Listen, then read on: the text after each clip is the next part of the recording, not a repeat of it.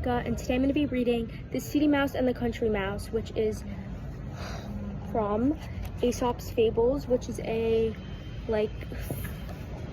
fable book with a bunch of different little stories in it. But I'm only going to be reading The City Mouse and the Country Mouse, which is a few pages. The City Mouse and the Country Mouse. The City Mouse hadn't seen his country cousin in a long while, so he decided to pay a visit. "Welcome, welcome," said the Country Mouse when his cousin arrived. "How fine you look in your tailored suit. I do hope you packed something more comfortable, though. I'm afraid this barn that I live in gets dusty." "Indeed," said the City Mouse, brushing a piece of straw from his sleeve. "How do you ever put up with all this dried grass?" "I like my home just as it is," replied the Country Mouse. "All this soft, warm straw makes it cozy.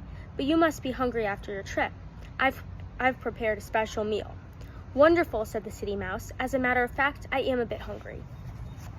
And then right here is the City Mouse and the Country Mouse, and they're cousins, and they're meeting each other again.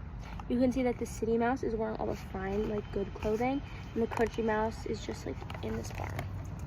So they're, opposites in a way. The Country Mouse went to work setting the table. He brought out sunflower seeds, dandelion greens, an apple core, 2 walnut shells filled with fresh milk, and cornbread crumbs. He was especially proud of the cornbread crumbs because they were so hard to come by. He had to sneak into the farmhouse and risk being smacked with a broom. He hated when that happened, but he wanted to impress his cousin with his fine food. The City Mouse wasn't impressed. In fact, he didn't care for the meal at all. "My poor cousin," said the City Mouse, "how can you live on such simple foods? You should come with me to the city. I'll show you what fine dining really is." "I'll admit that my diet is plain," said the Country Mouse, "but I like it just the same." But the City Mouse replied, "You don't know what you're missing." The 2 mice sat and talked for a while, and then it was time for bed. The Country Mouse fell asleep right away. The City Mouse tossed and turned. "What's that noise?" asked the City Mouse, annoyed. "Huh? What noise?" replied the Country Mouse, yawning. "That horrible screeching sound," said the City Mouse. "Can't you hear it?" "Oh, you mean the crickets?" "They're just crickets. You get used to them. It's a soothing kind of sound, don't you think?" "Not me," replied the City Mouse, but his cousin had already fallen back to sleep. The City Mouse continued to toss and turn. When he finally dozed off, a rooster began to crow, announcing the arrival of morning. "Rise and shine, cousin," said the Country Mouse. "Are you ready for breakfast?" "Cousin," answered the City Mouse, "this country living isn't to my liking. I want to go back to the city as soon as I can. Why don't you come with me and see what it's like?" "I'd love that," said the Country Mouse, very excited. So after breakfast, the 2 set out for the city. And this page is all pictures. So this is the City Mouse and the Country Mouse. They're now in the city, so now the City Mouse will feel a little bit more at home, but the Country Mouse might take some adjusting. They arrived late in the afternoon. The Country Mouse was impressed by the carpets and woodwork in his cousin's apartment.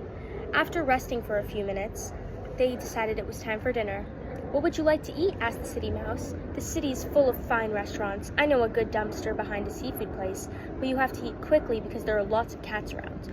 Or perhaps we can pick up something on the street. Sometimes children drop their ice cream cones, or people toss away the ends of their hot dog buns." "Oh, ice cream? Hot dog buns? I don't know what you're talking about, but it all sounds so wonderful. Let's go out and explore," said the Country Mouse. It was rush hour when the mice reached the street. People filled the sidewalks, and traffic clogged the avenues. The mice started between shoes, dashed around automobiles, which are cars, and scurried along curbs, which is like the sidewalk. "Isn't this exciting?" said the City Mouse.